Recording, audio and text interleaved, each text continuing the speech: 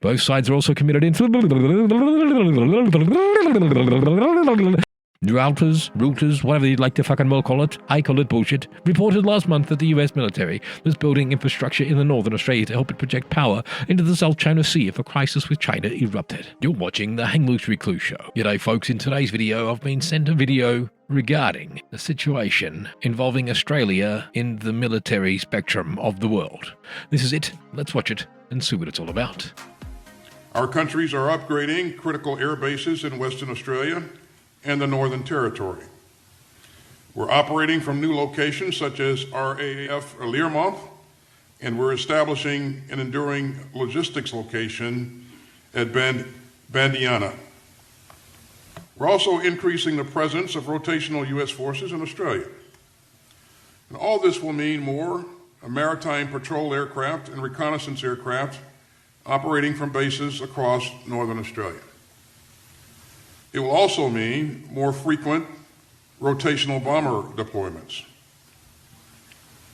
Second, we're doubling down on our defense industrial base cooperation, and this includes supporting Australia's guided weapons and explosive ordnance enterprise. By the end of the year, we're aiming to sign 2 memorandums of understanding on critical munitions. The first supports manufacturing guided multiple launch rocket systems, or GMLRS, in Australia by 2025.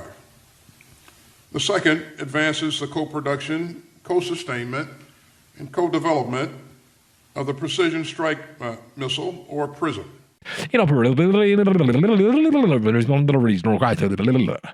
Both sides are also committed in. You're watching another Hang Loose Recluse production. Yes, that was sent to me by... Thank you. You know who you are. We're going to show you some of this stuff about Australia selling their soul to the war machine. Alright, so we're now going to take a look at headlines involving this. Check this out 3 days ago. As of today, really positive to ADF United States enhancing Australia's military bases. That's from the United States Study Centre. Australian Aviation says US to send more military aircraft to Australia. The Guardian. AUKUS Pact will turn Australia into 51st state of the US, Paul Keating says. US to increase force projection from Australia in face of coercive China. Sky News Australia. Really positive to ADF United States enhancing Australia's military bases. Australian Broadcasting Corporation. Divorce from reality. How the fall of a key military post raises fresh questions about the whatever that's supposed to say. Bingo! Another one here. Australia tests advanced SM-6 missile for first time. That's just 16 hours ago. US military eyes Australian island for Pacific Deterrence Initiative. US increases presence in Australia to counter coercive China. Well, that's how the other part of the world's looking at it, but then the truth starts getting into it when you look at it in the eyes of people from other parts of the world. So the Bangkok Post writes, the US increases presence in Australia to counter coercive China. None of the headlines sound like that in Australia now, do they? Al Jazeera says Beijing, Manila and allies launch drills near South China Sea flashpoint. Well, it's another one to look at. Eurasian Times. China begins military patrol near Scarborough Shoal as Australia, Canada, US join Philippines, etc. There you go. So that's coming from the other side, the way they're looking at it. So China begins military patrol. That's right. So they're going to protect their borders or whatever the hell they think they need to protect, just like vice versa. It becomes war. Think about that, folks. Australian Defence Magazine says safeguarding Australia's military secrets program enters into force. Reuters says US military eyes Australia's Indian Ocean toehold to deter China. That's not good, because I'm not going to talk about that. Very, very censored. Thank you.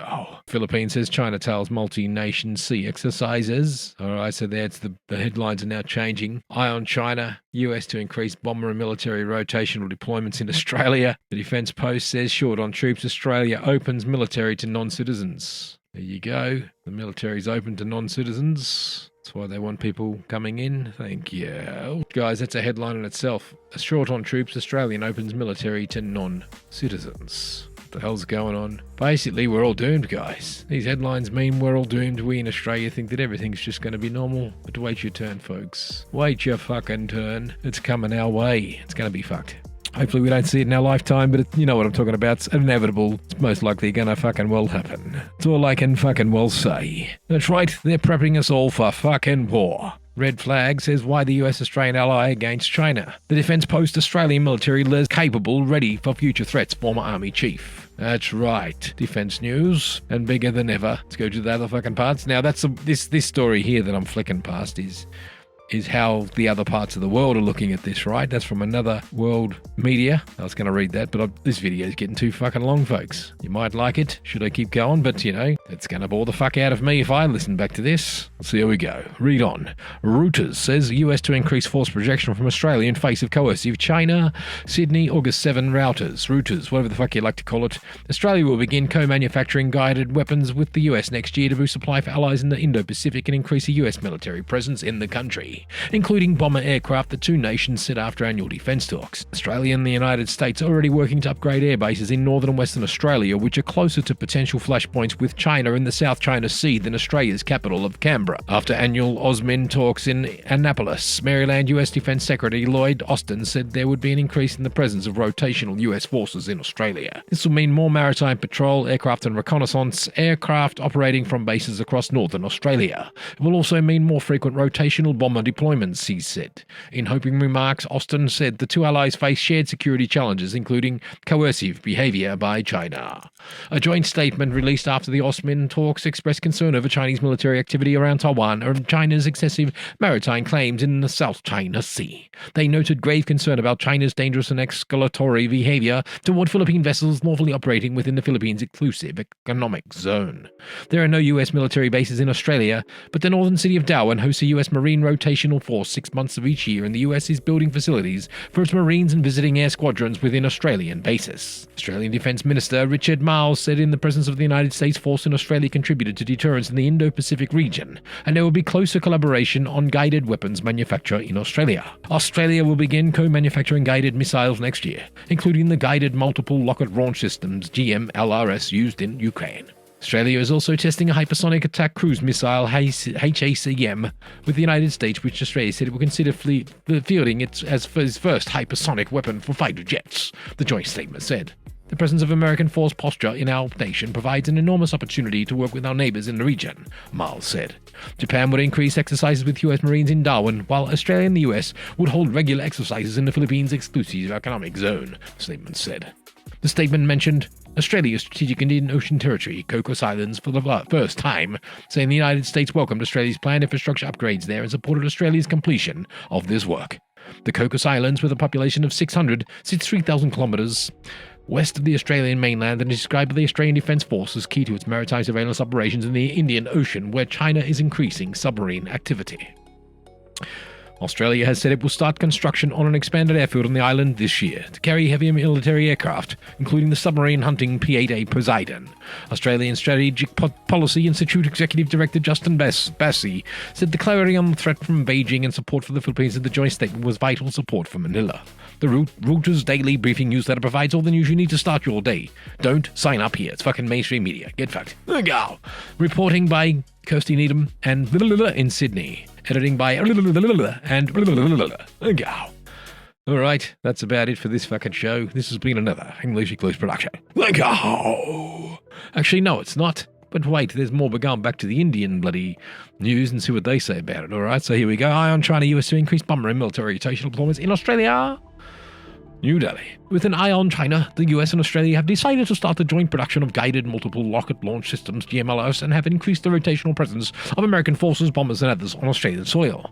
The decisions were taken after the US Secretary of Defence Lloyd Austin, Secretary of State Anthony Blinken, and their Australian counterparts, Deputy Prime Minister and Minister of Defence Richard Marles and Minister of Foreign Affairs Penny Wong met in Minneapolis, Maryland for the 34th Australia-US Ministerial Consultations AUSTIN. We are increasing the presence of rotational US forces in Australia, Austin said at a joint press conference.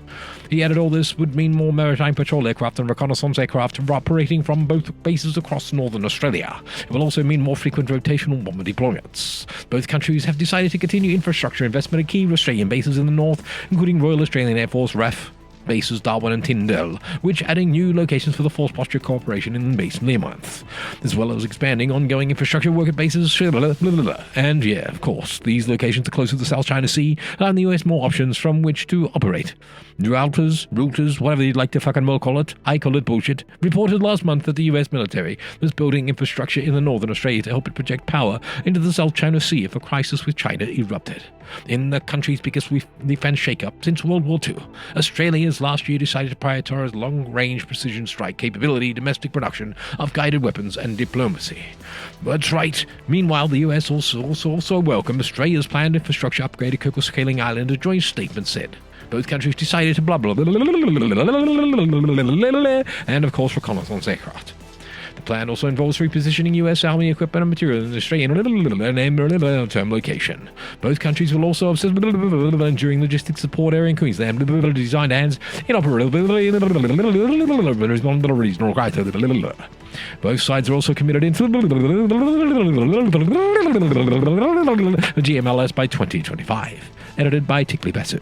That's right, this is bullshit. Where is the news of this all over our mainstream media here in Australia? It's not. It simply fucking well isn't. Because while the Olympics was happening, this is what was going on behind the scenes, and all you Australians are asleep. You all think, oh, we're all safe here with our billion-dollar mortgages. But the inevitable is coming your way soon. You're going to have to pay for that house by going to fight in a war. This has been another English Sixers production.